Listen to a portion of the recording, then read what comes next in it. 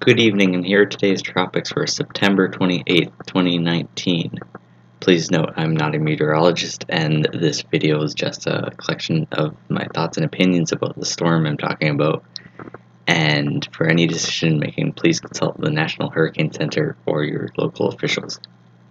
Now, today I'm looking at Hurricane Lorenzo. There's not really anything else in the Atlantic today other than this.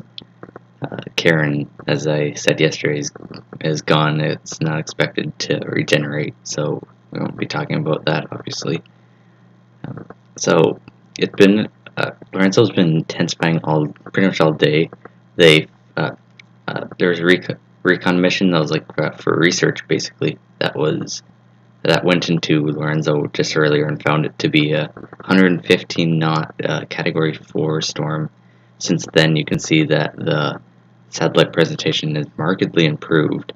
Now we have a band on the west side that has negative 70 degree temperatures, so you can see the hot tower activity going on, and I has warmed up quite a bit. As you can see, it's gotten higher up in the scale, which means it's warmer.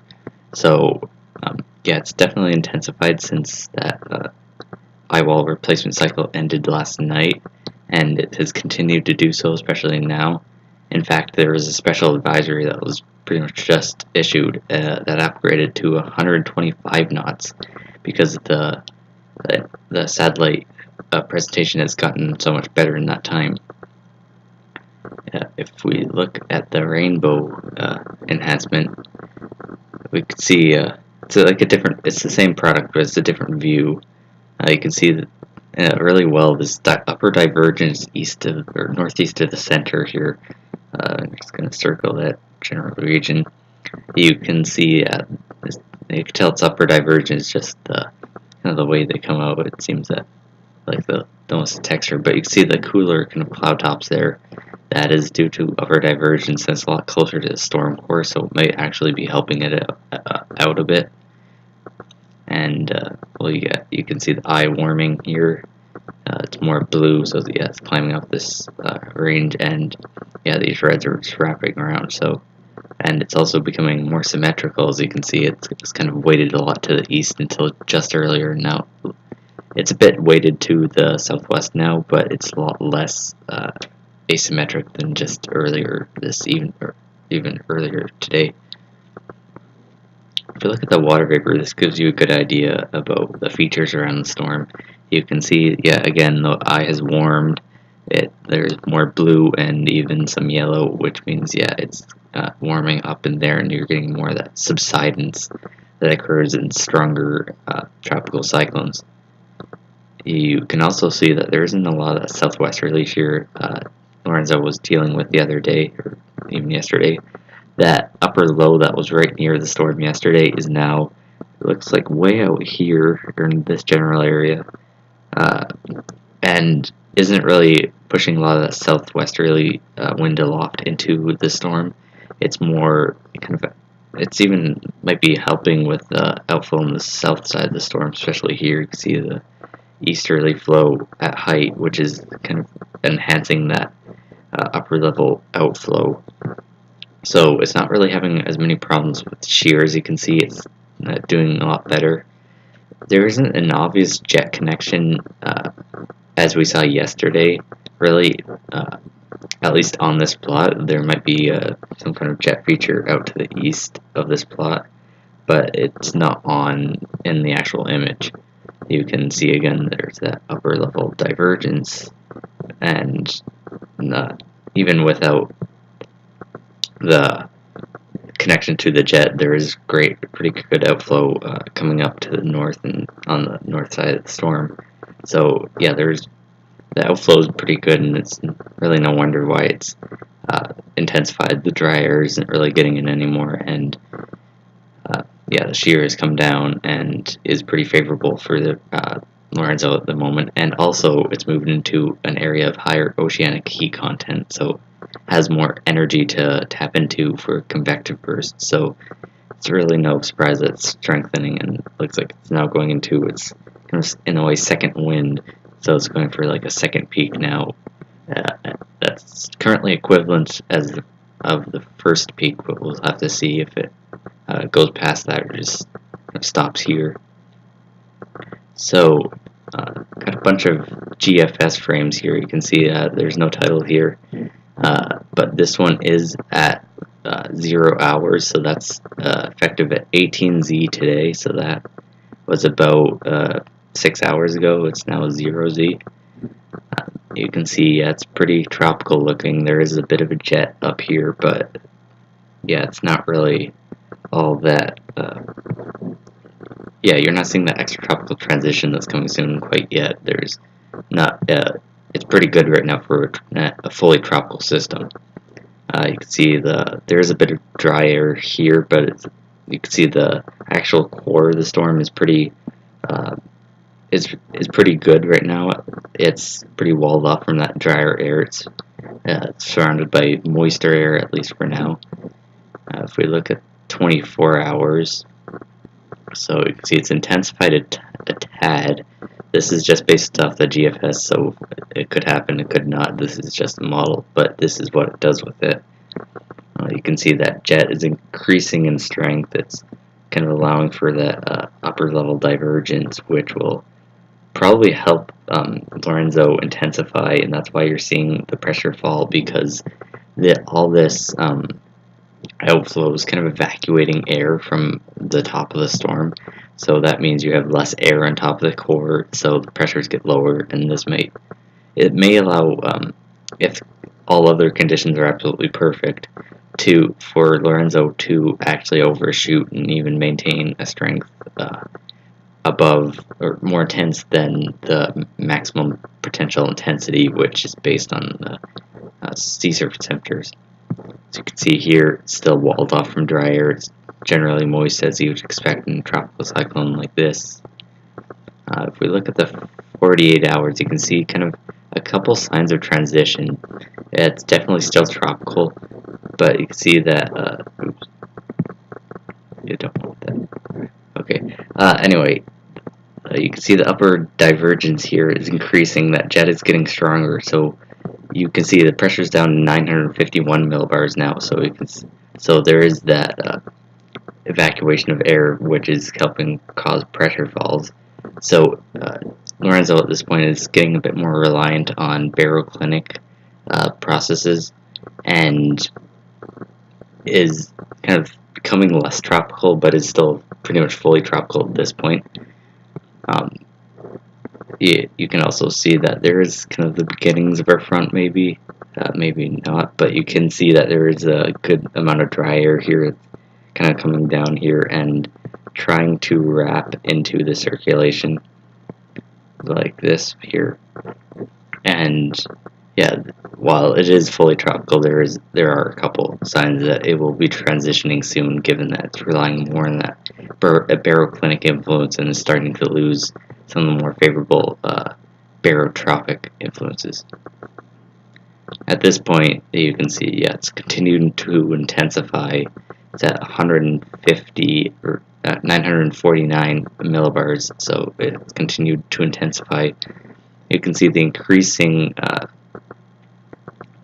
westerly flow at 200 millibars per hectopascals.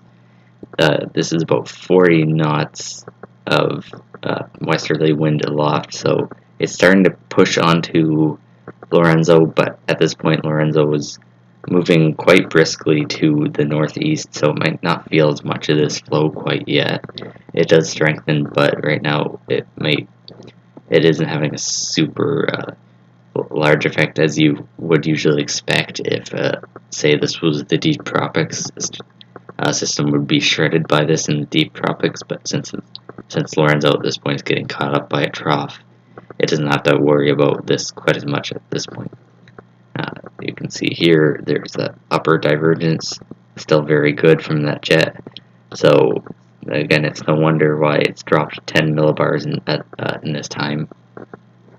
You can also see, despite this trough that's taking out, you can see the westerlies are lurking nearby. So it's not too far from getting hit into that really strong westerly flow. It's not quite there yet, but it's very near the westerlies where it will become extratropical rather than tropical. You can see that it is beginning to feel that westerly shear as and also the upper divergence. As you can see, there's a pretty big envelope of moisture air in this region. This is because of the upper divergence allowing for drier rising air in this region, and kind of maybe precipitation and like cooler cloud tops or stronger kind of convective-ish activity in that region. You can also see that kind of beginning of a front feature right here, and yeah, again, this drier air starting to wrap itself in the circulation.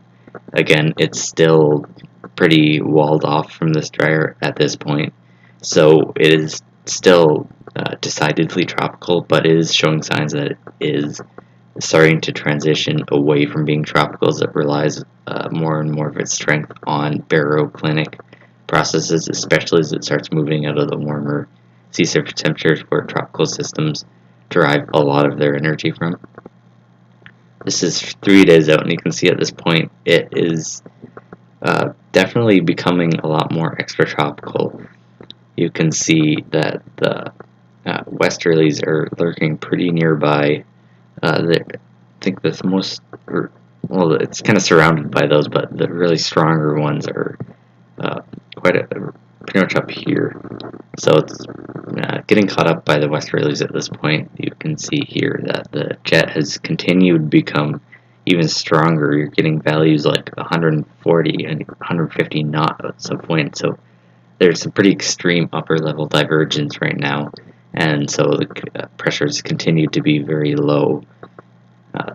You can see this kind of feature here. This is sign that the GFS right now is modeling a baroclinic leaf. It appears.